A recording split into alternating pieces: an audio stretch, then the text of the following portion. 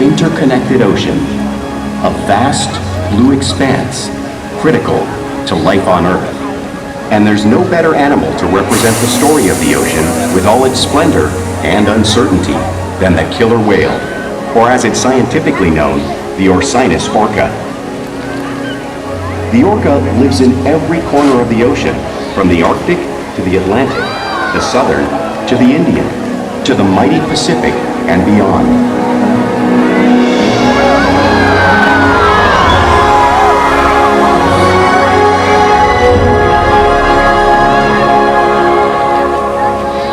This whale's story is the ocean's story, and it is one we all share.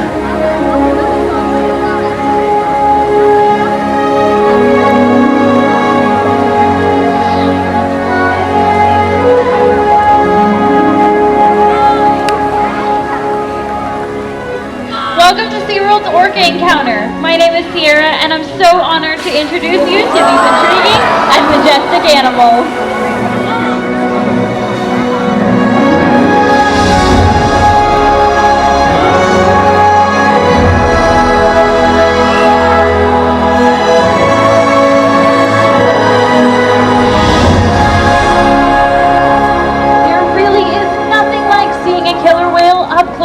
And learning more about them and their natural behaviors.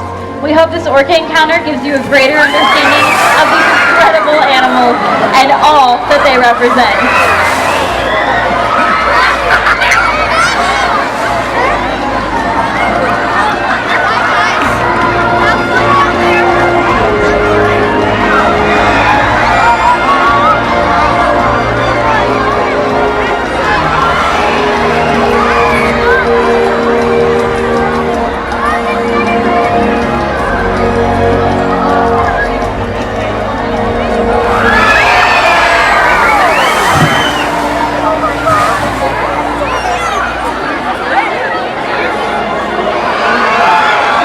While they are found in every ocean, orcas living off the coast of Iceland are quite different than those near Costa Rica. In fact, there are at least 10 types or ecotypes of killer whales. An ecotype describes the differences between killer whales' size, physical form, prey, social structure, and habitat. As you can see, the differences are subtle, but noticeable when compared side by side. Orcas are adapted perfectly to their environments. And even the whale's black and white coloration has a purpose. It camouflages the outline of their bodies in the water, making it easier for them to surprise and catch their prey.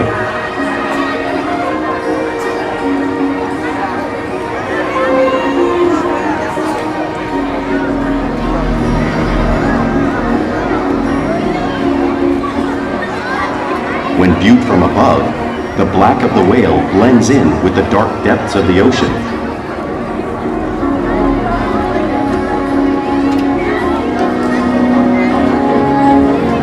When viewed from below, the orca's white bellies match the brighter surface of the water, blending with the light above, giving them the perfect camouflage.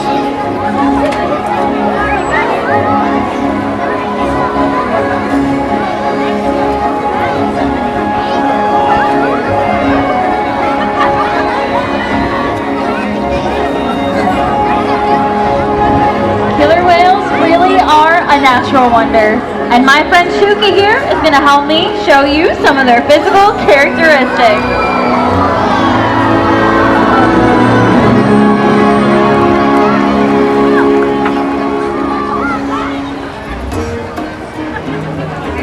Their blowhole is perfectly located for grabbing a quick breath of air at the surface of the water. Even the location of their eyes works to their advantage. It may look like they're located in that white patch, but that's actually just a visual distraction. They're really located just in front of that white patch, camouflaged from thrashing prey. The fin on top of the whale is called a dorsal fin and helps stabilize whales while they swim and regulates their body temperature.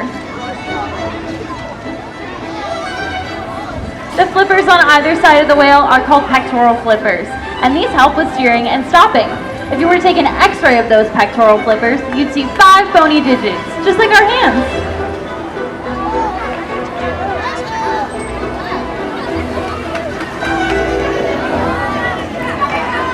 And the lobes on either side of their tail are called flukes. Now, this is the killer whale's engine, propelling them to top speeds of 30 miles an hour. That's almost as fast as some speedboats. But a killer whale swims the fastest, and they use the most power when they're propelling their nearly 10,000-pound bodies all the way up and out of the water.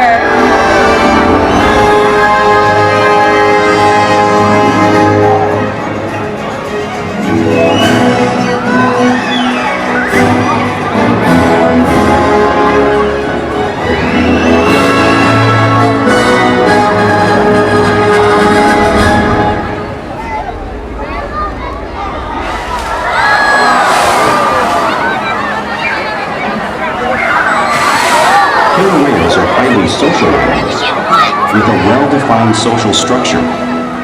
An orcapod is always led by a female. Though just half the size of her male counterpart, she is in charge. It's all about attitude, not size. Because they live and work as a group, orcas need to communicate with sounds and body language. Orcas use clicks for echolocation or navigation.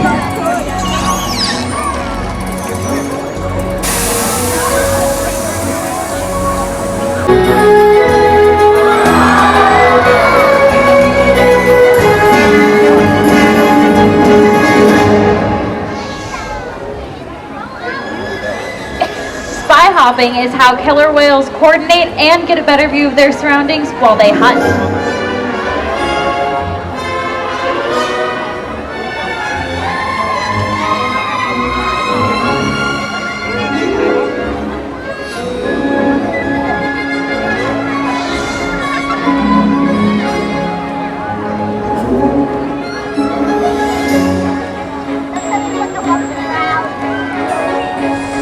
Slaps are another form of communication used both by killer whales in the wild and right here at Seaworld.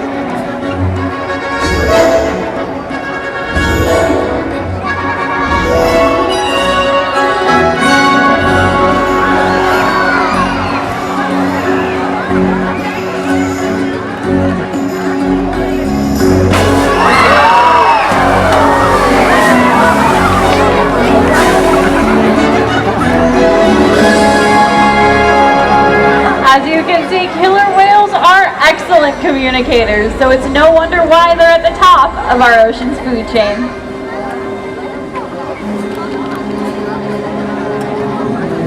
Killer whales work together to rear their young, protect their pod, and most importantly, pursue and catch their prey. Every day they cooperate to survive in the wild oceans of the world. The orca's hunting techniques are as varied as the whales themselves. Norwegian killer whales will circle herring, herding them together.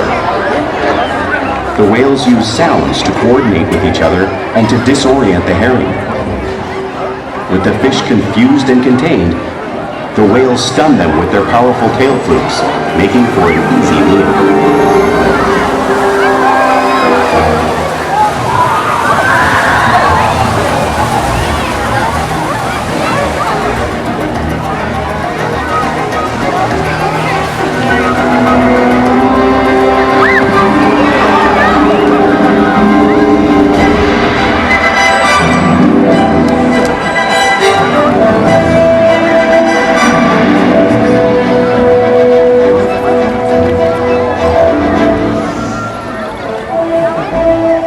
Whales in the southern hemisphere actually capture sea lions by pulling them right off the beach.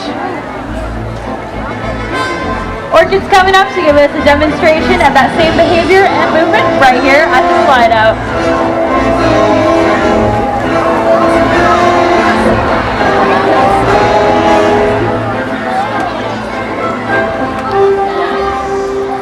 Antarctic orcas will actually create their own waves to knock unsuspecting seals right off of floating ice.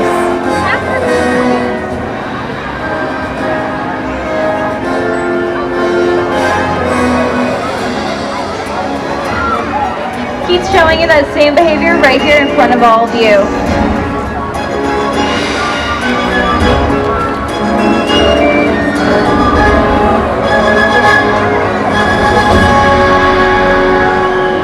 Now, you just saw those waves crashing right in front of all of you, but you can't imagine the true power or the amount of water that's displaced until you experience it for yourself. Luckily, I have two new friends here who have volunteered to help me show you the power of the wave. Come on down, guys. Let's give a big round of applause for our volunteers. Alrighty, you guys are gonna take a seat right there. Perfect. Now, I just have one question for you guys. Are you ready to get wet? Do we think they're ready to get wet, everyone? Let's give them some encouragement. Yeah! Alrighty, well, you better be because here you go in 3, 2, and 1.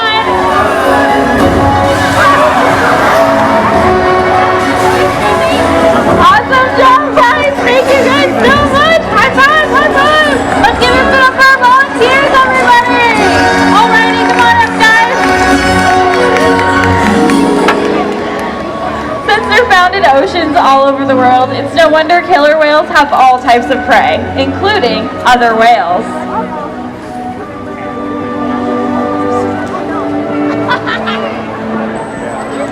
The blue whale that you see on the screen is the largest animal on Earth. It is nearly 5 times longer and 50 times heavier than a killer whale. So how does a whale one of these size take on a whale that size in the wild? It's all possible because killer whales are the ultimate team players.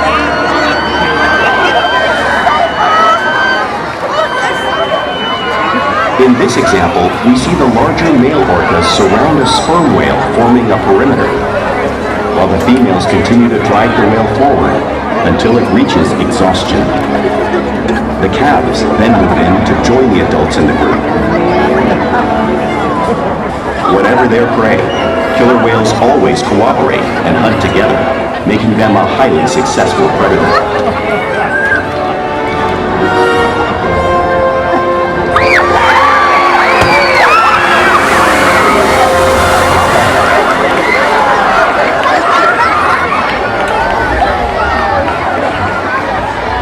Play is an important part of everyday life for killer whales. It's how young whales learn how to hunt and practice their skills as they grow.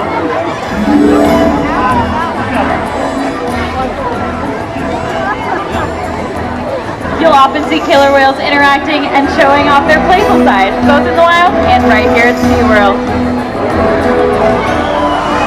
Porpoising is when a killer whale swims really fast to the surface of the water, breaking out just briefly.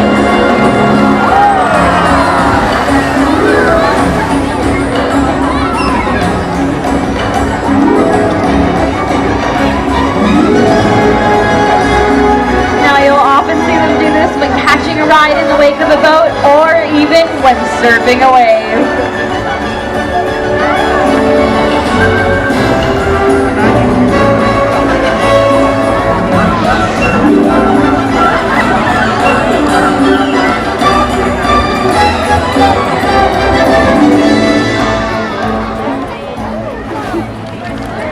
Killer whales like to be touched and will rub their bellies on rocks in the wild when they can. Orkid's on her way to demonstrate a similar behavior right here in front of all of you, just like the whales would in British Columbia.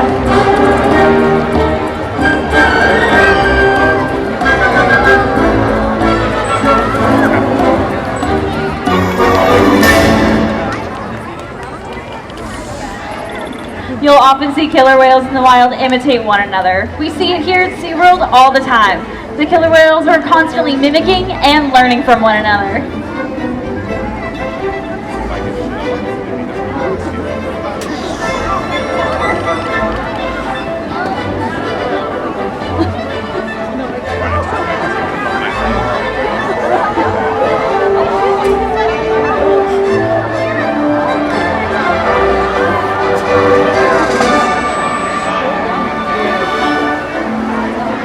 playful behavior like this has its purpose. For example, a tail whip may be used in hunting to stun prey. However, today, I've got a feeling these guys just might be stunning all of you.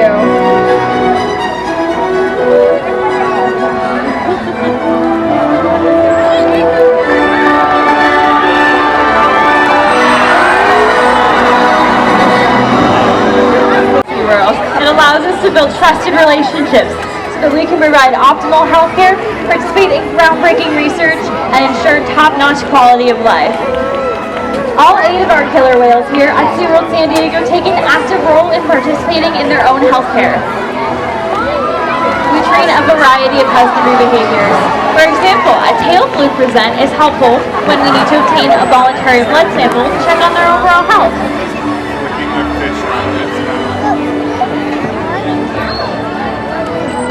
Our whales will even slide up onto a scale so we can monitor their weight, just like you see Orkid doing in the video on the screen.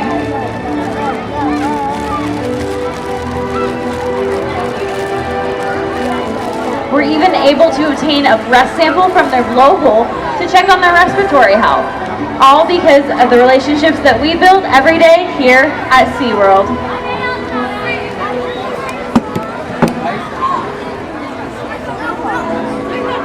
Now I'd like to take the time to introduce you to a very special whale. This is Makani. Now Makani is the youngest member in our pod at only 11 years old. And he was actually born on Valentine's Day. Like any little brother, he gets up to some crazy antics and loves bugging his older sister Kalia. Makani inspires me every day I'm lucky enough to work with him, and today I hope he's inspired all of you. We challenge our whales to learn new things, to engage and stimulate their minds. Diet, exercise, and of course play. I'll play a big part in keeping our whales in great shape.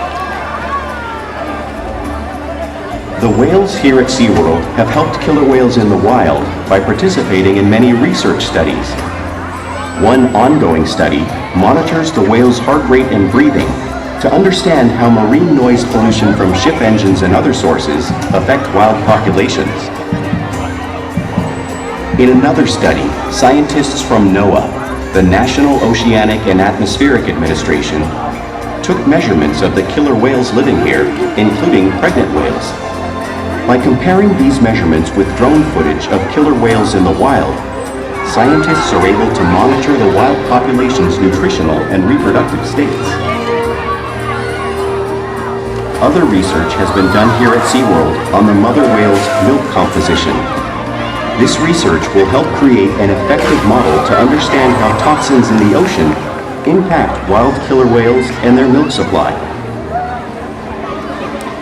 What we learn from the whales in our care every day is actively helping whales in the wild survive. And just by being here today, you've supported our rescue, research, and conservation efforts all around the world. If we work together, like the killer whale, we can protect the future of the Orcinus orca and this beautiful planet that we all share.